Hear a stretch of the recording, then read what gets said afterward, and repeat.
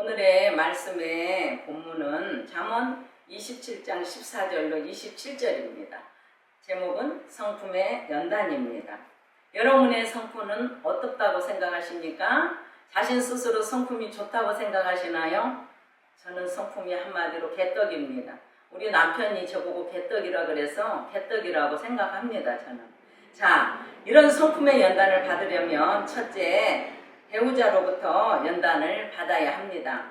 제가 이제 성품이 옳고 그름이 강하고 어려서부터 불쌍한 친구들을 보거나 약한 사람을 보면 도와주고 싶고 그냥 지나치지를 못했습니다. 그리고 나쁜 짓을 하는 사람을 보면 야단을 쳐주고 싶고 하는 이런 성정이다 보니 하나님께서 주의 종으로 쓰시기에는 많이 다듬어야 할 성품이었던 것 같아요. 저는 이제 신앙생활을 잘한다고 예배도 빠지지 않고 11조도 잘하고 봉사도 잘하고 특히 전도의 그 시간은 빠지지 않고 또 날마다 새벽 기도를 하면서 열심히 신앙생활을 하면 저는 성공하고 부자가 될 줄 알았습니다. 그런데 신앙생활을 하면 할수록 저는 점점 더 힘든 이렇게 고난의 삶을 살게 되었습니다. 그런데 특히 이제 결혼하기 전에도 어려움이 많았지만은 저의 고난은 결혼하자마자 시작이 되었습니다. 결혼하자마자 행복 시작, 불행 끝인 줄 알았는데 행복 끝, 불행 시작이 되었습니다. 자, 14절로 16절에 이른 아침에 큰 소리로 자기 이웃을 축복하면 도리어 저주같이 여기게 되리라. 다투는 여자는 비오는 날에 이어 떨어지는 물방울이라. 그를 제어하기가 바람을 제어하는 것 같고 오른손으로 기름을 웃기는 것 같으니라 라고 합니다. 이 말씀은 아무리 좋은 말도 때와 장소를 가려야 한다는 교훈을 담고 있어요. 매우 이른 아침이라는 사실을 강조하고 있습니다. 즉 잠도 깨기 전에 큰 소리로 이웃을 축복한다는 것은 어리석은 행동이라고 합니다. 아무리 내가 이웃에게 축복을 해주고 싶어도 때와 방법을 잘 생각해서 해야 합니다. 고요한 아침에 정적을 깨는 큰 소리로 축복하는 말은 받아들일 준비가 되어 있지 않는 상대에게는 축복이 아니라 저주 같은 말이라고 합니다. 15절에 나오는 아내는 미련한 아내를 뜻합니다. 가정의 생활과 기쁨을 안겨주어야 할 아내가 때와 장소에 가리는 말을 하지 못하니 떨어지는 물방울과 같은 불편을 감수하고 살아야 하는 남편의 비극을 묘사하는 것 같습니다. 여기에서 떨어지는 물방울은 물방울이라고 하는 말씀은 저희 남편에게 제가 꼭 이런 사람이라고 말을 들어야 하는 떨어지는 물방울이라는 이 말이 저에게 해당되는 말씀입니다. 각자의 이제 성격과 취미 등 살아온 삶의 과정이 너무 다르다 보니 부딪힘이 저는 너무 많았어요, 남편과. 저는 이제 시간 관리와 자신의 관리가 철두철미한 사람이었고 성공이 우상이었고 가족이 우상이었습니다.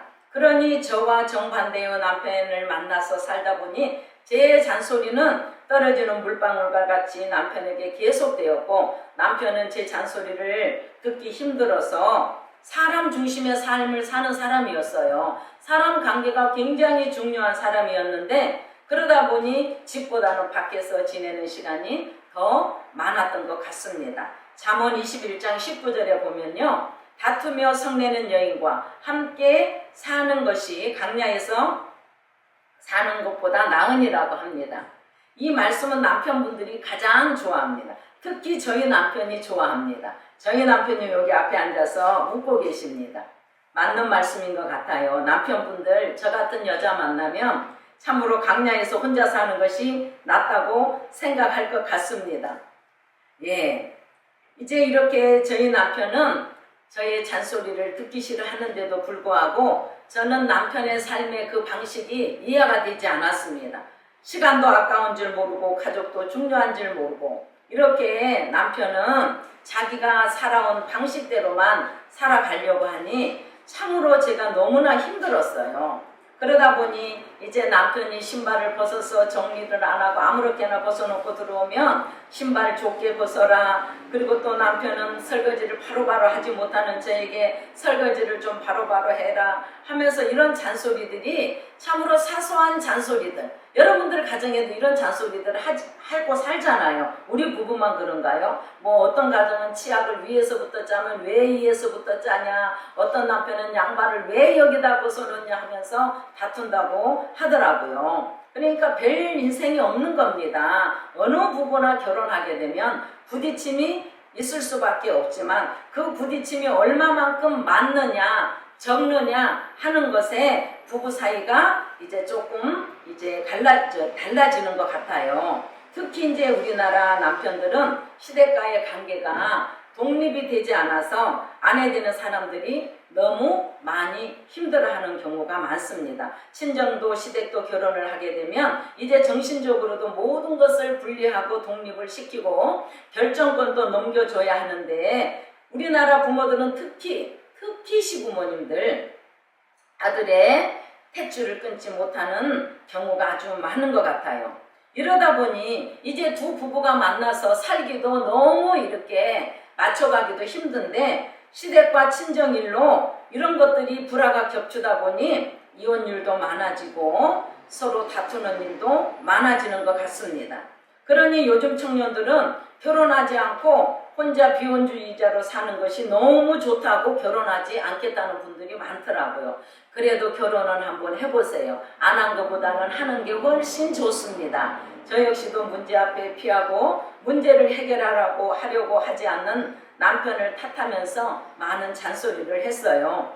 서로 이제 다름을 인정하고 이렇게 살면 좋을 텐데 이 다름을 인정하지 못하고 내가 살아온 방법대로 내가 이렇게 사는 방법이 맞으니 시간도 아끼고 노력하고 미래를 위해서 준비해야 되지 않겠냐면서 남편에게 제가 살아가는 방법을 강요를 했습니다. 끊임없이 이렇게 배우자와 다투기를 좋아한다면 서로가 사는 것이 고문이 따로 없을 거예요. 저희 가정이 그랬으니까요. 이런 배우자는 바람을 만지는 것 같이 기름을 손에 움켜쥐는 것 같이 제어가 안 된다고 해요. 제가 이런 아내였던 것 같습니다. 그러니 우리가 결혼할 때 이제 우리 청년들은 부탁하는데 배우자의 외적인 것을 보고 가진 것을 보고 결혼을 결정하면 안 됩니다. 정말 심사숙고하고 영혼을 사모하는 배우자를 고르도록 우리의 기도를 들으시는 하나님께, 살아계신 하나님께 배우자를 위해 기도하고 묻고 부모에게도 묻고 공동체에도 묻고 가야 할 것입니다.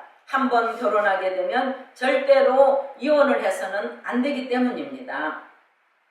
이혼은 본인의 삶에도 엄청난 상처를 남기게 되고 또 특히 자녀들이 있으면 자녀들은 얼마나 많은 힘든 지옥을 살아야 하겠습니까?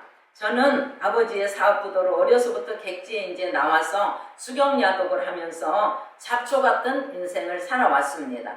또 주변에 도와줄 사람 없고요. 제가 벌어서 학교 다니고 내가 벌어서 생활하지 않으면 살아갈 수 없는 그런 삶이었기 때문에 책임감이 강한 사람으로 자랄 수밖에 없었습니다. 잡초는 이제 깎고 나면 또 자라고 밟아주면은 더 강하게 자라는 특성이 있잖아요. 그러니까 하나님께서 저를 남편을 통해 밟아주시는데 밟으면 밟히면 되는데 밟히면 더 제가 강하게 살아나는 것입니다. 이제 저는 잡초 같은 저의 성정을 아시는 하나님께서는 어떤 남편을 만나게 하셨냐면 비닐하우스에서 이렇게 곱게 자란 하초처럼 저와는 정반대의 사람을 만나게 하셨습니다. 행복해지기 위해서 결혼했는데 저의 결혼은 정말 아까도 말씀드렸다시피 결혼이 행복 끝이었습니다. 불행 시작이었어요. 결혼식 올리고 신혼여행도 가려고 계획을 세웠지만 시부모님께서 시댁에 와서 있으라고 하셔서 신혼여행도 가지 못하고 시댁에서 신혼여행 아닌 신혼을 보내야 했습니다. 그런데 이제 저희가 이렇게 이제 시댁에서 올라와서 서울에서 이렇게 같이 남편과 함께 신혼집에서 이래 살게 되면서 저는 이제 어린이 성교원에 근무를 하고 남편은 아직 그때까지 직장이 없었어요.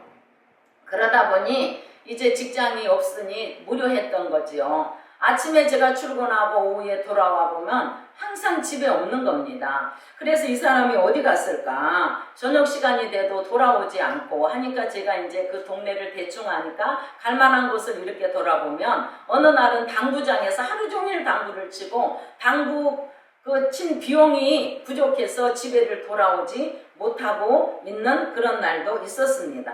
이러다 보니 제가 남편에게 너무 많은 잔소리를 이렇게 과하게 하게 된 거지요. 신혼 초부터 저는 이른 아침에 큰 소리로 이웃을 축복하는 이제 미련한 여인이 되어갖고 비 오는 날에 떨어지는 물방울처럼 남편에게 직장을 구하든지 공부를 하든지 무엇이라도 노력을 하라고 이제 이렇게 잔소리를 하기 시작했지요. 그러던 중 이제 남편은 하나님 은혜로 직장을 다니기 시작하게 되었습니다. 그런데 직장을 가면 또 이렇게 매일 집에 들어오지 않는 거예요. 그래서 나중에 이제 알고 보니까 도박을 하는 것입니다. 아, 정말로 가지가지 하지요. 그런데 이제 이 도박을 하면서 매일 들어오는 것이 아니라 일주일에 3번이나 4번 정도 집에 들어오는 것입니다. 생활비는 이렇게 빠듯하게 이렇게 갖다 주었지만 이렇게 남편은 청약저축한 통장까지 가지고 가서 도박을 하고 제가 이제 생활비를 조금씩 모아둔 돈까지 가져가서 도박을 하곤 했습니다. 2, 3일에 이제 한 번씩 들어오는 남편을 향해서 벼르고 있다가 들어오면 소리를 지르고 나가라고 걸레통을 집어 던지면서 아이들 앞에서 정말로 이렇게 미련하고 우둔한 엄마가 되어서 딸 둘에게 엄청난 상처를 안겨주게 되었습니다. 남편은 정말로 잔소리를 너무 듣기 싫어하는 사람 중에 한 사람이에요. 그런데 어떤 남편이 아내의 잔소리를 듣고 싶어 하겠습니까마는 제 남편은 유난히 본인이 정말로 말이 듣기 싫다고 하더라고요. 어떤 말도 들으려고 하는 성품이 아닙니다. 대화를 하려고 하면 피하는 성격이고 어떤 일이 닥치면 저에게 맡겨버리고 피하고 숨는 성품이에요. 저는 이제 또 어떤 성품이냐 보면 어떤 일이 닥치면 해석부터 하는 것이 아니라 해결부터 하려고 성미가 급하다 보니 해결부터 일을 하고 맙니다. 남편이 도박을 하고 진 빚 때문에 신용불량자가 될 처지가 되었을 때 그냥 두었으면 그 버릇이 고쳐졌을 수도 있는데 저의 잘못인 것 같아요. 저는 하나님보다 제가 앞서서 이런 일들을 2번이나 해결을 해 주었습니다. 그리고 이제 이런 어려움들이 있고 힘든 일이 있어도요, 죽을 것 같이 힘들어도 친정이나 친구들에게 이야기를 하지 못하고 교회 공동체에도 이 사실을 꼭꼭 숨겼습니다. 왜냐하면 교회 가서 자녀가 잘 되고 거룩해 보이고 우리 성도님들 지금 그런 분들 많지 않아요. 그렇죠. 특히 큰 교회 그런 분들 많은 것 같아요. 마음에 있는 소리 할 곳이 없습니다. 오히려 교회 안 다니는 사람들보다 더 외로울 수 있습니다.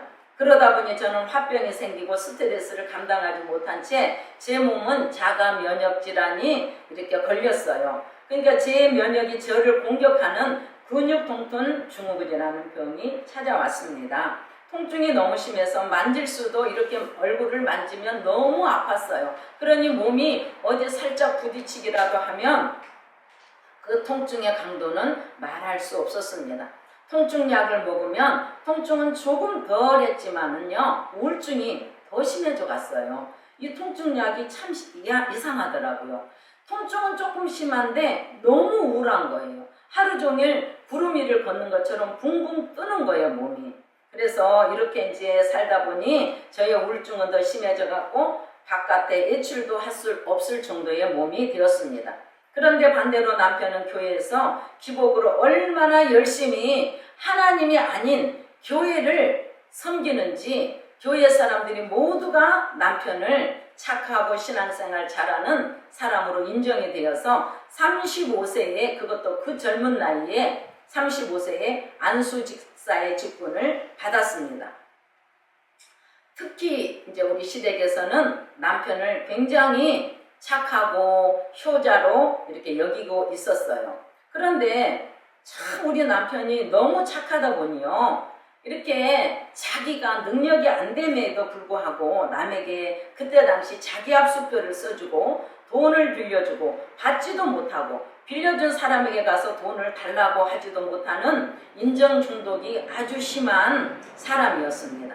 그러니 한 번은 교회 안수 집사님이 제 몰래 돈을 빌려달라고 했는데 제가 그 사실을 알고 절대 빌려주지 말라고 말했지만 남편은 제 몰래 그 돈을 자신의 저축해놓은 돈이 아니라 융통해서 빌려주고 말았습니다.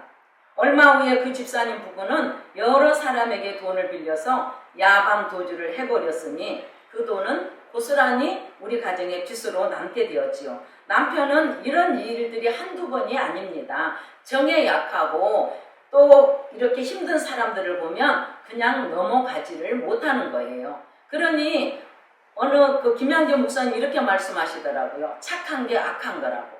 바로 저희 남편을 두고 하는 말씀인 것 같습니다. 자, 그러니 속인 자보다 속은 자가 더 나쁘다는 말씀이 저는 100% 인정이 됩니다.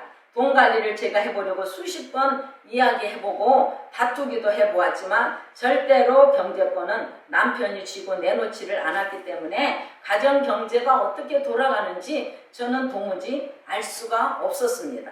또 남편은 시댁에는 둘도 없는 정말 효자였어요. 그러니 책임감이 강하고 안 되는 것은 절대로 안 된다고 말하는 저와는 상반된 성품을 지닌 남편과 날마다 피 터지게 싸우는 일이 많았습니다. 저도 이제 인정 중독이 강한 사람이라 그 누구에게도 시댁에도 친정에도 친한 친구에게도 교회 식구들에게도 이런 저의 힘든 상황을 누구에게도 말을 하지 않고 입을 다물고 살았습니다. 그러니 그것이 화병으로 올 수밖에 없었지요. 그것이 저의 교만이고 악입니다. 지금처럼 공동체라도 있으면 공동체에서 오픈을 하면서 처방을 받고 살아갔으면 얼마나 좋겠습니까? 자, 여러분들에게 적용 질문을 드려보겠습니다. 여러분은 축복의 말, 맞는 말이라며 남편에게나 자녀 또는 부모에게 쉬지 않는 잔소리를 하는 편인가요? 또 쉬지 않고 잔소리를 듣는 이유를 알고 계신가요? 목장에서 나눠보시길 바래요. 아멘입니까? 자, 성품의 연단을 받으려면 둘째 공동체를 통해 연단을 받아야 합니다. 17절에 철이 철을 날카롭게 하는 것 같이 사람이 그의 친구의 얼굴을 빛나게 하느니라 라고 합니다. 고대 사회에서 사람들이 쉽게 구할 수 있는 물건 중에 하나가 철이었다고 합니다.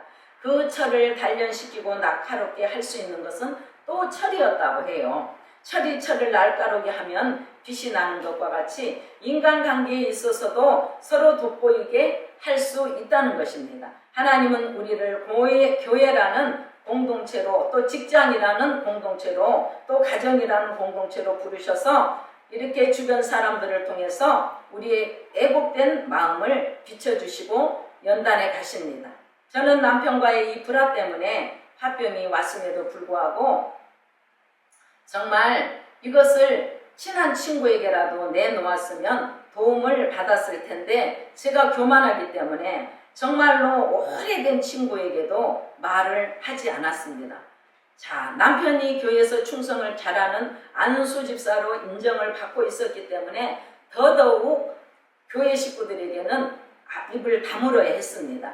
무화과 나무를 지키려고 수고하는 자가 그 열매를 먹는 것처럼 우리는 하나님이 허락하신 가정과 직장, 남편과 아내의 자리를 지키며 이해되지 않는 권위에 순복해야 하는데 저는 날마다 날카로운 철이 되어서 그 철로 남편의 마음과 몸을 긁어댔습니다. 하나님께서 저를 하나님의 종으로 쓰시기 위해서 저를 단련시키시고 계신다는 것을 모르니 자녀는 자녀대로 병들어갔고 저는 저대로 병들고 남편은 남편대로 마음과 육체에 병이 들어갈 수밖에 없었지요.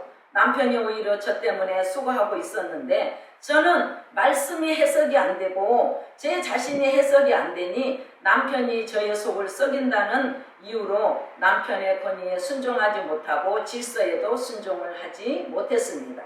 자, 21절 말씀에 도가니로 은을, 풀무로 금을, 칭찬으로 사람을 단련하느니라라고 하는데요. 지혜로운 여인이 되어서 하나님의 마음밭에 말씀이 비추도록 남편을 인도를 해야 함에도 불구하고, 자, 저는 22절에 미련한 자가 되어서 곡물과 함께 남편을 절구에 넣고 공의로 찌어댔습니다. 그러니 저 때문에 남편은 더욱더 사람들과 관계 중심의 삶을 살았고 밖으로만 돌며 저는 이제 화병과 근육통통 증후군이 심해져서 이제 살 수 없는 몸이 되어갔습니다. 가정은 포기하고 싶었습니다. 그런데 남편은 그럴수록 더 가정에 무관심했습니다. 저는 이제 둘째 딸이 고3이 되면 고3이니까 대학교만 들어가면 이혼을 하리라 결심을 하고 마음의 준비를 단단히 하고 있었습니다. 그런데 그 시기에 하필 큰딸이 대학교 2학년 때 급성백혈병이라는 병이 찾아와 일주일밖에 살 수 없다는 의사선생님의 사형선고와 같은 진단을 받게 되었을 때 저는 정말 하늘이 무너지는 것 같았습니다. 딸은 급성백혈병으로 살아낼 수가 없는 정말로 힘든 치료를 받으면서 정신과 몸이 점점 약해져 갔고요. 남편이 하던 작은 사업은 이제 부도가 나고 가정이 경제적으로 무너지는 상황이 되어갔습니다. 여러분에게 적용 질문을 드리겠습니다. 여러분은 풀물불 같은 고난을 통과할 수 있도록 돕는 공동체에 속해 있나요? 대답해 보세요. 속해 있습니까? 네. 견뎌낼 수 없는 불같은 시험 가운데 있는 아직도 불같은 시험 가운데 있는데도 교회 공동체에 나가지 않고 혼자 버티려고 하나요? 예, 교회는 나가지만 공동체는 싫어서 홀로 신앙을 하고 있지는 않는지요. 자, 성품의 연단을 받으려면 셋째, 나에게 주어진 소떼와 양떼를 잘 보살펴야 합니다. 저희의 강하고 모난 성품을 남편과 자녀의 질병 등 물질 고난을 통해서 깎아가시려는 하나님의 계획을 저는 뒤로 하고 이혼으로 도망치려는 저를 하나님께서는 큰딸의 급성백혈병이라는 병으로 큰딸이 수고하는 사건을 허락하셔야만 했습니다. 그러니까 저 때문에 큰딸이 그렇게 힘든 고통을 겪어야 했습니다. 남편은 사업 부도 후 뇌졸중과 폐혈증, 정말로 여러 가지 이렇게 공황장애 또 우울증까지 남편도 온 것 같았어요. 저는 근육통통 증후군, 무력증, 우울증 이렇게 온 가족이 육이 무너지고 있었습니다. 그런데 신기하게도 육이 무너져가니 영이 이렇게 세워지기 시작했어요. 말씀으로. 저희 가족이 정말로 이렇게 살아가는 과정 속에서 가장 힘들고 큰 고난의 터널을 지나고 있을 때 우리들 교회를 가게 되었습니다. 그날이 2016년이었는데요. 그날의 그 목사님의 설교 말씀이 예루살렘을 떠나지 말고 기다리라는 설교였습니다. 정말 저는 그날요, 옷도 아무렇게나 입고 화장도 하지 않고 너무나 힘들었기 때문에 정말로 지옥 같은 환경에서 더 이상은 내가 이대로 살 수 없다고 모든 것을 포기하고 이 세상을 떠나고 싶은 마음으로 그 교회에 갔습니다.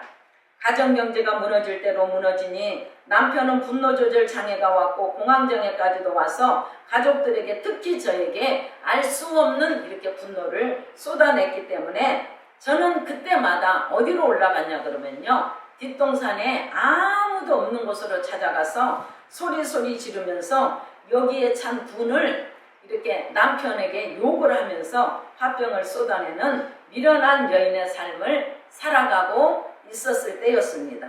그렇게라도 하지 않으면 가슴이 답답해서 살 수가 없었기 때문이에요. 아마 소나무들이 저가 오면 무서웠을 것 같아요. 하도 남편의 욕을 하니까 소나무들아 미안해, 그때 내가 너무 많이 욕을 해서.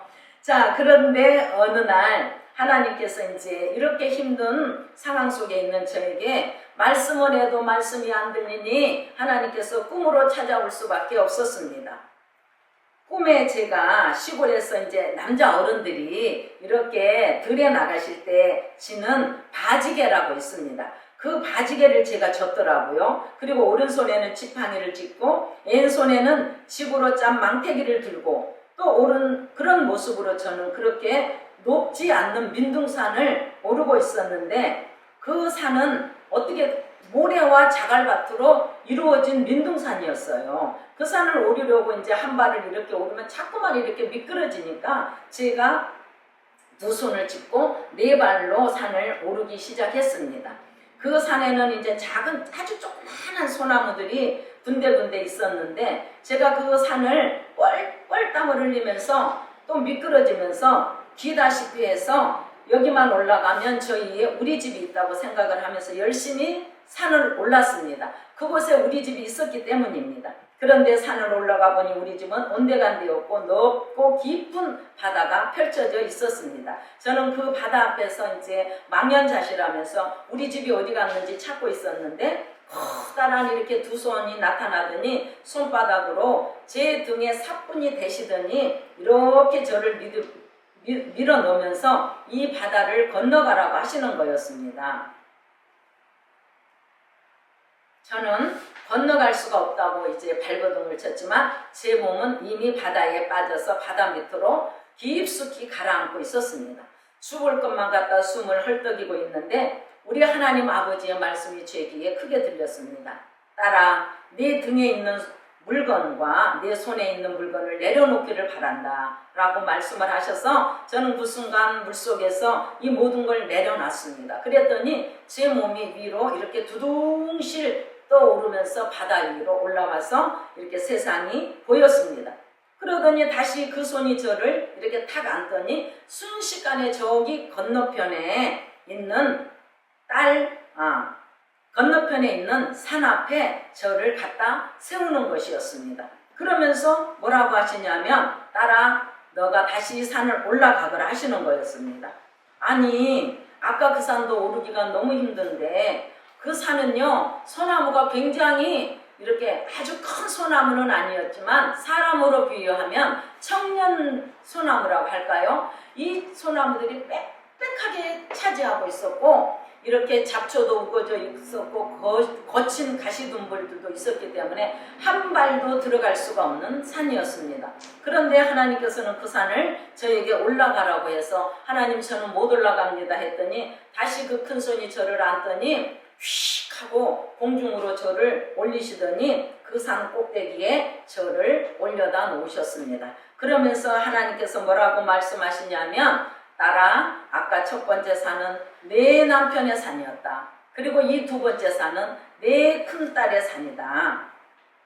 절대로 내 힘으로는 내 남편을 어떻게 조금이라도 변화시킬 수 없고 내 딸에 대해서 치료나 모든 것, 방황이나 아픈 모든 것들을 내가 어찌할 수 없으니 나에게 맡기기를 바란다 라고 하셨습니다.